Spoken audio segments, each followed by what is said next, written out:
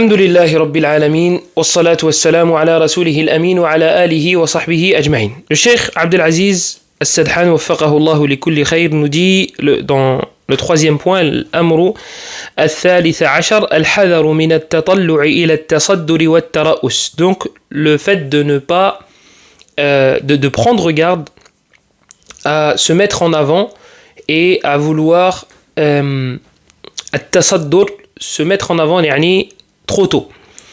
والترأس. Et il nous dit rahimahullah ta'ala wa hafizah que c'est un des freins et c'est un barrage pour l'étudiant en sciences. Le fait de se mettre trop tôt en avant. Et ici, on est face à, comme d'habitude, des personnes laxistes et des personnes extrémistes. Des personnes qui sont dans l'abus. Des deux côtés. Alors le premier cas, c'est ceux qui font da'wa, ceux qui appellent et qui se mettent en avant après avoir étudié, après avoir écouté ou entendu un verset ou un hadith. Et ils argumentent avec la parole du prophète sallallahu alayhi wa sallam, ballighu anni walau aya. Transmettez de moi ne serait-ce que d'un verset, ne serait-ce qu'un verset. Naam, le prophète a dit cela, alayhi salatu wassalam. Le hadith est authentique sans aucun doute, mais il a dit transmets ce verset. Donc le fait d'avoir entendu un verset, ou même compris un verset, ou même mémorisé un verset, te donne le droit de le transmettre, point. Pas de faire da'wa sur tous les autres points. Fais da'wa avec les choses que tu maîtrises. Donc le fait de maîtriser ce verset-là ne te donnera pas le droit de débloquer tous les autres points. Je fais da'wa avec ce point-là. Le fait de connaître un sujet ne m'autorise pas à parler de 5 sujets. Où ils sont les 4 autres? D'où tu les sors? Pourquoi? يأتيك العلم كما يقولون فيوضات, comme il a dit Cheikh As-Suhaimi حفظه الله تعالى. Certaines personnes disent on fait da'wa et la science descend, elle nous atteint. Et ça c'est Soufi à qui dit ce genre de propos. Donc ça c'est ceux qui s'empressent. Et vous avez l'autre côté, c'est nous on fait pas de da'wa. Pourquoi? Parce que tu vois condition tezkiya. Taïb. Les chouyoukhs n'ont pas tous mis comme condition cette histoire de tezkiya. Premièrement, d'accord? Et cherchez, vous allez voir. Cherchez, vous allez voir de vous-même. En étant sincère, vous allez voir de vous-même. Sans rentrer dans le débat de lui, je suis les ambiguïtés ou je sais pas quoi. Regardez ce que les ulama ont dit là-dessus. Wahkumu bi anfusikum. Et regardez de vous-même et jugez par vous-même. Jugez par vous-même. Regardez les noms des savants qui ont dit que ce n'était pas une condition, premièrement. Regardez leur manhaj. Est-ce que ce sont des gens qui sont sur le droit chemin ou non? Et regardez, j'ai dit le nom, et regardez leur manhaj. Voilà. Regardez ces 3 points-là. Puis, quatrièmement, regardez leur argument. Regardez leur argument. Vous êtes convaincu, alhamdoulilah, vous n'êtes pas convaincu, prenez le deuxième avis, il n'y a pas de problème. Il n'y a pas de problème. On n'est pas fermé. Contrairement à certaines personnes, pour être juste, qui disent non, c'est une condition. Et si tu ne suis pas cet avis-là, tu suis les ambiguïtés. Comme d'habitude, comme on a l'habitude d'entendre. Si tu ne suis pas cet avis-là, tu suis les ambiguïtés. Mais si on regarde les arguments de ceux-là, c'est convaincant. Moi, s'ils m'ont convaincu, je fais comment? Non, tu suis les ambiguïtés. D'accord. Je avais déjà dit une fois. Si vous voulez comprendre les arguments de ces gens-là, il faut enlever le cerveau. Si vous enlevez le cerveau, vous enlevez la cervelle, vous enlevez la logique, vous pourrez peut-être comprendre. Et là, j'ai plein de ulama. Premièrement, j'ai des ulama qui ont des arguments. Et ces ulama-là, c'est des ulama sur lesquels on est d'accord. On ne diverge pas. Et ils me disent c'est autorisé. D'accord? Donc pourquoi les suivre? Ce serait suivre les ambiguïtés. Ah non, mais en fait, c'est un avis qui vous arrange.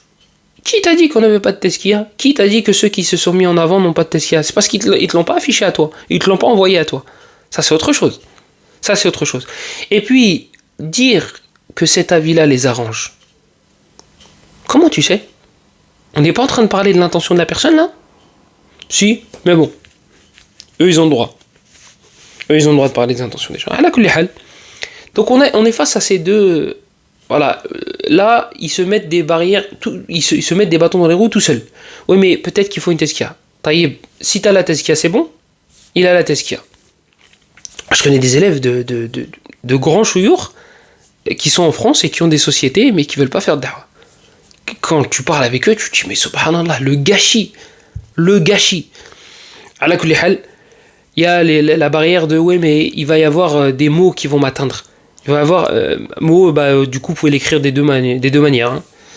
Il va y avoir des choses négatives. Taïeb ya akhi, c'est dans ta vie tu vas avoir des choses positives et des choses négatives. وإذا كان ذلك في سبيل الله فهنيئا لك. Si c'est les choses négatives qui t'atteignent, ce sont ces choses-là t'atteignent parce que tu es dans la voie d'Allah, parce que tu es dans le sentier d'Allah, parce que tu entreprends le chemin des prophètes, bienvenue.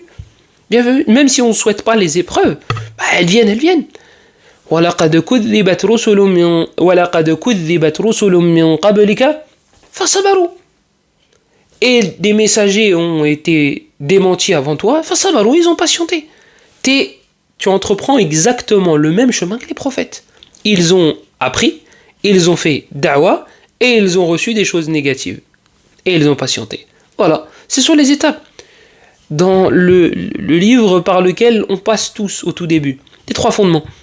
Le cheikh il te dit dans l'introduction de la risala. وَالصَّبْرُ عَلَى الْأَذَى فِيهِ. Et patienter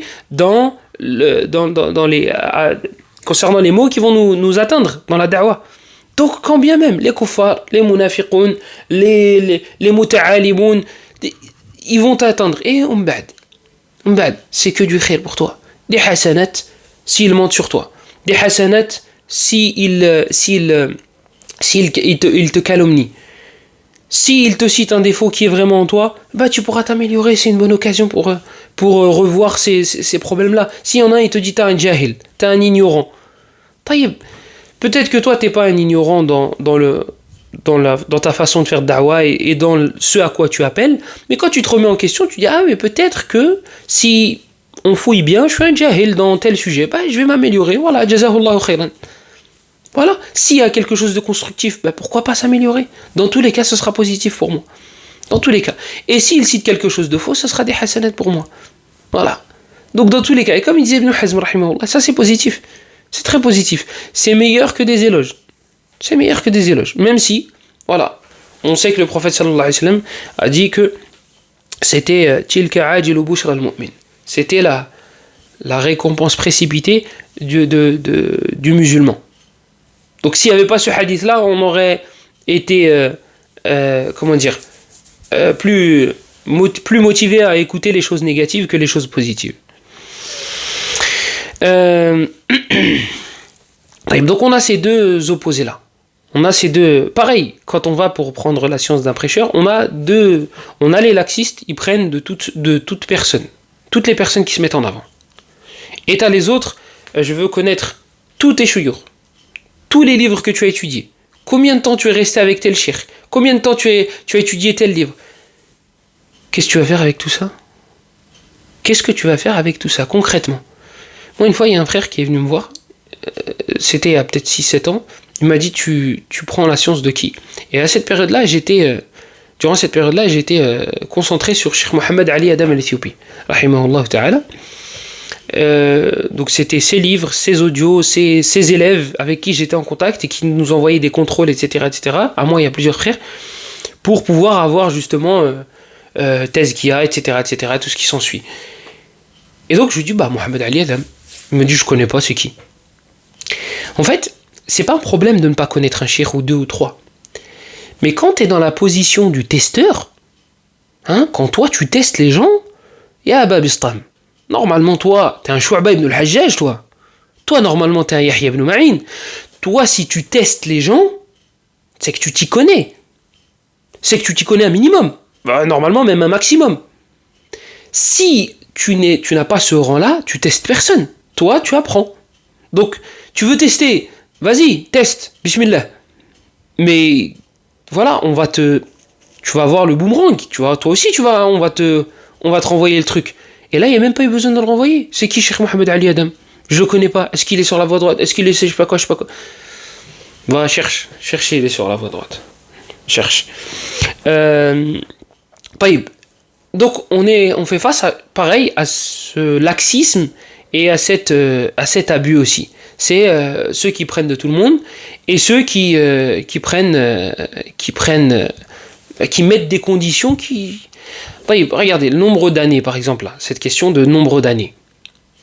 T'es resté combien de temps avec tel cheikh? Combien d'années? Tu vas déterminer mon niveau à travers ça?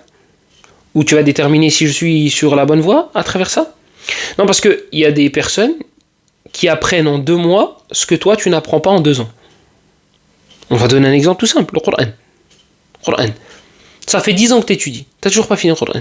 Il y a des frères, ils ont commencé il y a 3 ans. 2 ans, ils ont fini le Coran, et la 3e année, je sais pas moi, ils étudient d'autres livres. Et si on calque et on fait la même chose sur les autres livres, combien de kutub tu as appris en 5 ans? Ce que tu as appris en 5 ans, peut-être le frère là, il l'a appris en 1 an. Donc comment on fait là maintenant pour jauger qui est sur la voie droite? Premièrement, parce qu'apparemment c'est un myriade, apparemment on peut juger comme ça, et qui a plus de science que qui? Puisque lui en 1 an, il a réussi à faire ce que toi tu n'as pas réussi en 5 ans. Donc est-ce que c'est le nombre d'années sur lequel on va se focaliser? Pareil, la question de quel livre tu as fait.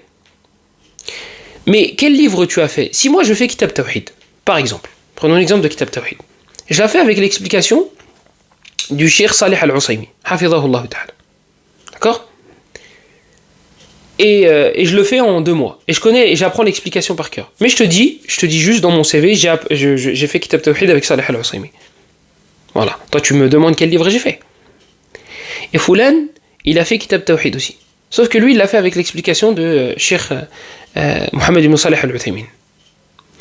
Comment tu vas faire si moi je mets juste dans mon CV j'ai étudié Kitab Tawhid et lui il a dit j'ai étudié Kitab Tawhid? Comment tu vas faire? Comment tu vas faire pour déterminer le niveau? Il te faut l'explication aussi. C'était avec telle explication et tel truc. Et Cheikh Al-Usaymi, en fait, c'est mieux parce qu'il a pris Fath al-Majid. Il a expliqué Fath al-Majid. Et c'est Fa'lan, il l'a fait. Et il l'a fait sans Fath al-Majid. Oh, mais Cheikh Al-Usaymi est rentré dans les détails, il a fait. Moi, ma question, c'est quoi? C'est comment tu fais pour déterminer si lui, à travers l'étude de ce livre-là, il a un plus haut niveau que lui. Sachant que les explications ne sont pas les mêmes, elles ne se valent pas. La compréhension, pareil, elles ne sont pas équivalentes, les compréhensions, et les mémoires ne sont pas équivalentes. Donc pourquoi tu veux que je te dise quel livre j'ai étudié? Toute la liste. Et à travers ça, tu vas déterminer mon niveau? Non. Et ce takalluf-là, les savants ne l'avaient pas. Ce takalluf, c'est cette façon de voir les choses, d'abuser, les savants ne l'avaient pas. Ils faisaient leur biographie à la fin de leur vie. Quand Cheikh Salih Al-Usaymi il a été questionné sur sa biographie, il a dit, hafidhahullah, que les grands chouyours, comme Ben Baz, comme El Mufti, comme Salih Al-Fawzan, comme, ils l'ont fait lorsqu'ils ont atteint un certain âge, premièrement. Deuxièmement, ils ne sont pas rentrés dans les détails. Ils ne sont pas rentrés dans les détails. Mais pourquoi ils ont fait ça? Pourquoi? Parce que nefs, l'âme, elle est faible. L'ego, il est présent. Shaitan, il est présent. Nefs, elle est là. Et toi, tu viens et tu fais un cours d'1 heure sur ta propre personne. J'ai étudié ça, j'ai fait ça, et j'ai étudié ça. Est-ce que ça, c'est une condition pour savoir si la personne, elle est droite ou non? Ou si la personne, elle a un niveau ou non? Est-ce que ça, c'est une condition? Si oui, on aimerait bien savoir où est-ce que c'est écrit. On aimerait bien savoir, et rakizo, concentrez-vous, j'ai dit condition. Ne me dis pas, ouais, mais Cheikh Foulan, il a dit qu'il fallait le faire. Cheikh Foulan, il a dit, moi je te dis Cheikh Foulan, il a dit. Voilà, ou Cheikh Foulan, il a fait. Moi je te dis. C'est encore mieux même. Et je te dis les chouyours ont fait. Là je t'ai dit Ben Baz, Ben Uthaymin, Al-Fawzan, Al-Mufti, Abdel Karim Al-Khudayl. Quand vous remarquez le point commun, ils ont fait une biographie légère à la fin de leur vie. Ou du moins lorsqu'ils étaient âgés. Voilà. Et Cheikh Al-Usaymi, pareil, tu le mets dans la liste. Tu dis, lorsqu'il a été questionné, il n'a pas voulu faire. Par contre, oui, il faut connaître la personne. Comme je vous ai dit, là on parle d'extrémisme. Il faut connaître les professeurs de la personne. Oui, il faut les connaître. Comme il a dit Cheikh Al-Fawzan quand il a parlé du ta'alum. Il faut les connaître. Et Cheikh Al-Fawzan, quand il a parlé du ta'alum, du fait de se mettre en avant et de prétendre des choses que tu n'as pas, des connaissances que tu n'as pas, il a dit il faut faire attention à ceux qui se contentent du fait de prendre des livres. Cheikh Souhaimi, il a rajouté un truc, c'est de ceux qui ne parlent jamais de tawhid. Donc, on est d'accord, il faut connaître les professeurs de la personne, du prédicateur. Mais maintenant, qui sont tous ces chouyours? Quel livre il a étudié avec tous ces chouyours? Combien d'années il a passé? Tout ça, vous l'avez trouvé où? En condition. En condition. Et comme j'ai dit concernant le nombre d'années, moi, j'ai face à moi des gens qui ont appris en 1 an ce que j'ai pas réussi à apprendre en 5 ans. Est-ce que je vais dire que ceux-là, ils sont en dessous parce qu'ils ont appris qu'un an? Ils sont restés qu'un an avec Cheikh Foulan. Pareil, si on fouille dans les biographies, là je vous parle de contemporains, mais si on fouille dans les biographies, Shafi'i, c'était vers 17 ans qu'il faisait le fatwa et qu'il avait son kursi. Et il connaissait le Muwatta très jeune. Qu'est-ce qu'on lui dit? On lui dit non, mais t'étais trop jeune. C'est pour vous dire, toi en 15 ans, t'as pas fait ce que lui il a fait en 3 ans. Hafiz ibn Ahmed al-Hakami, on reste sur les anciens. Sufyan ibn Uyayna, qui avait sa chaise aussi très jeune. Sa chaise, c'est une image pour dire il faisait le fatwa. Et ça peut être ala haqiqatiha. Ahmed ibn Abd al-Halim, ibn Taymiyyah, al-Harrani al-Dimashqi, pareil, qui faisait le fatwa très jeune. Ces savants-là, est-ce qu'on peut dire ouais, mais t'as vu, il n'a pas passé assez d'années? Ou bien moi, ça fait 15 ans que j'étudie, et lui, ça fait 5 ans, et lui, il fait le fatwa à 5 ans. Même mais Cheikh al-Usaymi, quand il a parlé du barnamej que les ulama avaient à l'époque, il disait que c'était à peu près 7 ans. Après, à peu près 7 ans, et après, il faisait le fatwa. Toi, ça fait plus de 10 ans, 15 ans que tu étudies, et tu fais pas le fatwa. T'es pas apte à parler sur le fatwa. C'est pour ça que tu fais des vidéos d'1 minute, ou là de 2 minutes, ou là de 3 minutes, et les conférences d'1 heure, elles sont quasi inexistantes, et pas enregistrées. C'est pour ça. C'est pour ça. Parmi les sifat, les caractéristiques des personnes qui sont sur la voie droite, c'est al-khashya. C'est la crainte d'Allah subhanahu wa ta'ala. Parce qu'Allah subhanahu wa ta'ala nous dit concernant les ulama, innama yakhsha Allah min ibadihi al-ulama. Et ça, c'est une chose qu'on va prendre en considération lorsqu'on prendra la science d'une personne. On va regarder sa pratique. On va regarder son wara'. On va regarder son assiduité. Il y a certains pieux prédécesseurs, avant de prendre la science d'une personne, ils regardaient comment elle priait. Regardez l'état de sa salat. Il me semble que c'est Ibn Abd al-Barr qui l'a cité dans Al-Jami'. Donc c'est quelque chose à prendre en considération. Quand il ne sait pas quelque chose, quand il ne maîtrise pas un sujet, est-ce qu'il arrive à dire je sais pas? Est-ce qu'il arrive à dire Allahu a'lam ou pas? Ça, c'est quelque chose que je vais prendre en considération. Regardez Cheikh Ibn Baz. Plusieurs fois, dans des fatawa, il disait je sais pas, Allahu a'lam. Et une fois, le moudir, celui qui présente l'émission radio, il disait Cheikh, on va enlever cette partie-là où tu dis je sais pas. Il dit non, laisse. L'imam Malik, rahimahullah, très connu pour cela aussi. Il dit je sais pas. Il disait, c'est pas lui qui disait, c'est Mohammed ibn Ajlan, mais c'est Malik qui le rapporte de lui. Et rapporte de Malik à Shafi'i. Et rapporte de Shafi'i, Ahmed. Et rapporte de Ahmed, il me semble, c'est Abu Daoud. Ce athar-là. إذا أخطأ العالم لا أدري أصيبت مقاتله. Lorsque le alim, le savant, ne sait plus dire je ne sais pas, أصيبت مقاتله. Ça y est, il est mort, comme on dirait nous. Il est mort. Donc, est-ce qu'il dit je sais pas? Est-ce que cette personne-là sait dire je sais pas? Est-ce qu'elle parle de tawhid? Est-ce qu'elle a des professeurs qui sont sur la sunna? Est-ce que toutes ces questions-là, on se doit de les poser. Et c'est pas du takalluf. Ça, c'est pas abusé. Comme je vous ai dit, il faut pas qu'on ait une réaction parce que eux abusent, il faut qu'on soit à l'opposé. Non, il faut qu'on se positionne dans un juste milieu. Qu'est-ce que les ulama nous ont dit? Là, je vous ai dit, Cheikh Al-Fawzan, il a parlé du fait de se contenter des livres. Cheikh Al-Suhaimi, il a parlé de cela, et il a parlé du fait de ne pas connaître la personne. Elle a un pseudo, on la connaît pas. Elle a un pseudo, on la trouve ni dans les massajids, ni dans les mosquées, ni rien du tout. Elle a un pseudo comme ça, et elle sort des fatawas énormes. Elle parle de sujets qui touchent la umma. Oh, est-ce que le djihad, est-ce que ça? Les ulama, ils vont s'asseoir ensemble et ils vont discuter. Et toi et moi, on parle pas de ces sujets-là.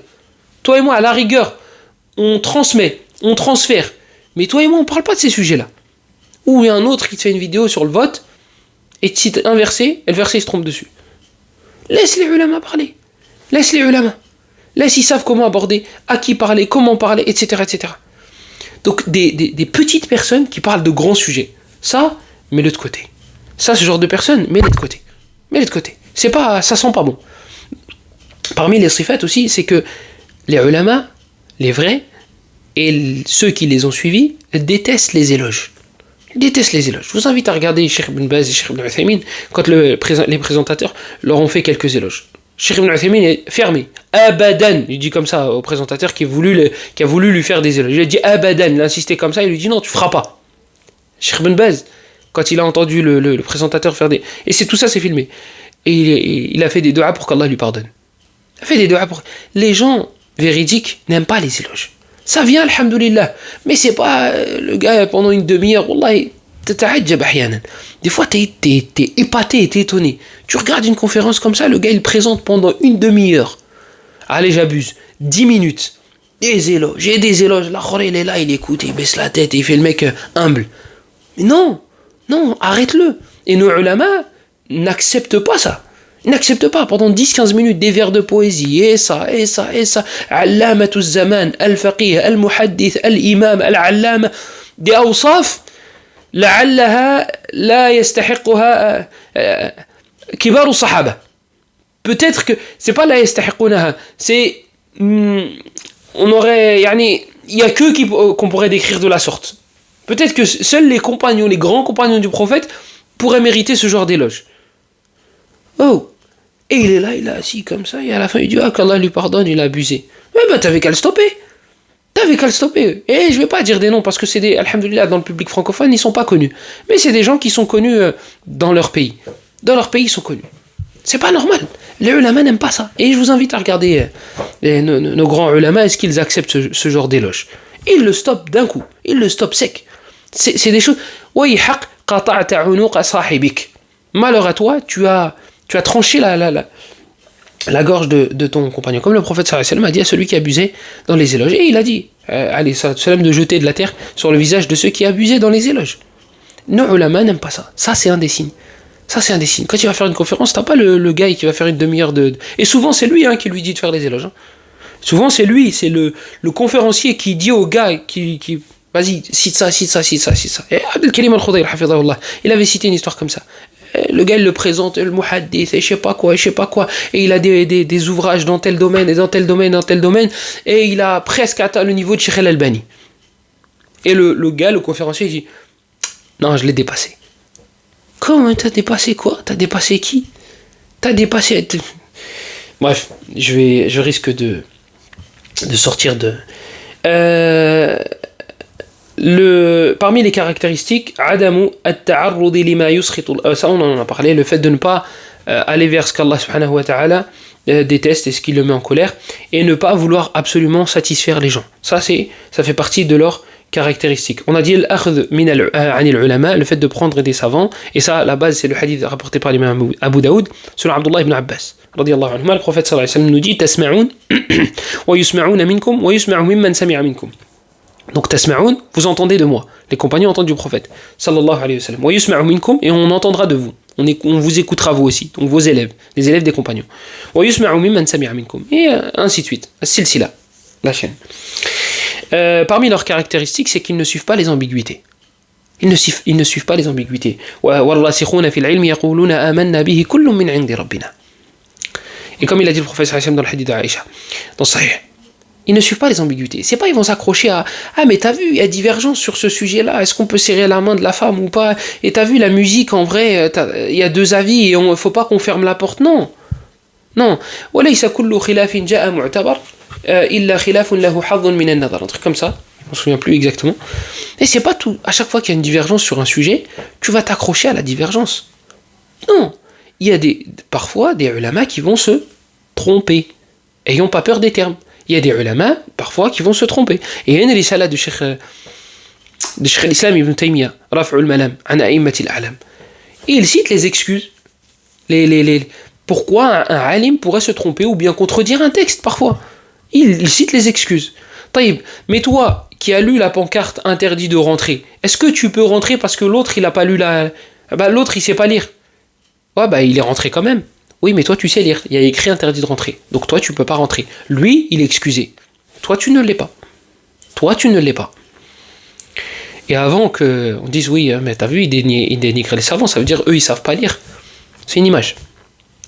Et quand tu donnes une image, c'est pas obligé que ce soit similaire, sous tous les aspects et les angles. Et je t'invite à retourner à Fath al-Bari dans le hadith numéro 2. Bref. Et parmi les sifat des ulama, c'est al-hifz wal-fahm, la mémorisation et la compréhension. Le prophète sallallahu alayhi wa sallam, sayyidul ulama. Le prophète, c'est le chef, entre guillemets, des savants. Et il mémorisait et il comprenait. Et certains savants en ont fait une condition.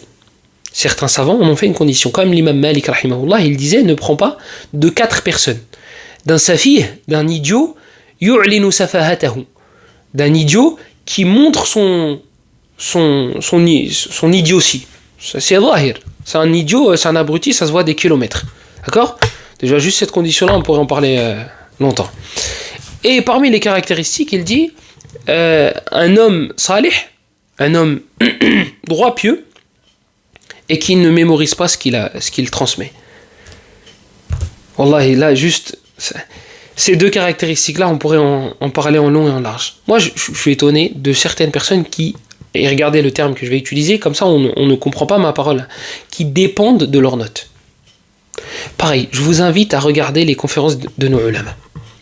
Soit ils ont rien du tout, pas de notes ni rien du tout, soit ils ont des notes ou le livre, mais ils dépendent pas de leurs notes. Ils ont une maîtrise du sujet. Ils maîtrisent le sujet dont ils vont parler. Comme j'ai dit précédemment, comme j'ai dit en premier. Il entend un verset, il transmet, il parle de 5 sujets. Là, c'est pas du tout le... Donc, nos ulama, soit ils ont des notes, mais ils ne dépendent pas de leurs notes, soit ils n'en ont pas du tout. Soit ils n'en ont pas du tout. Donc, faites...